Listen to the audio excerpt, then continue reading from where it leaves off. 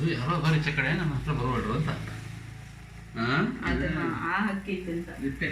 ರಿಫ್ಲೆಕ್ಷನಿಗೆ ಅದೇ ಇನ್ನೊಂದು ಹಕ್ಕಿ ಐತೆ ಅದ್ರ ಜೊತೆಗಾರ ಅಂತ ಹುಡ್ಕಕ್ಕೆ ಹೋದೈತಿ.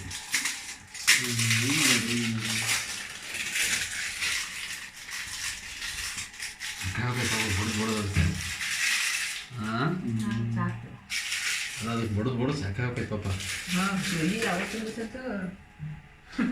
ಬೀತ ಹೋಗಿದ್ದೆ ಹಾಗೆ ಅಲ್ಲಿ ನಮ್ಮ ಕಾರ್ಬೋರ್ಡಾಗೆ ಹಿಂಗೆ ಬರೋದಂತೆ. ಬಂದು ಗ್ಲಾಸ್ ಹೋಗೋದಂತೆ. ಮನೆಗೆ ಹೋಗಿ ಬಟ್ರಿ ಕೇಳಿಸ್ರೆ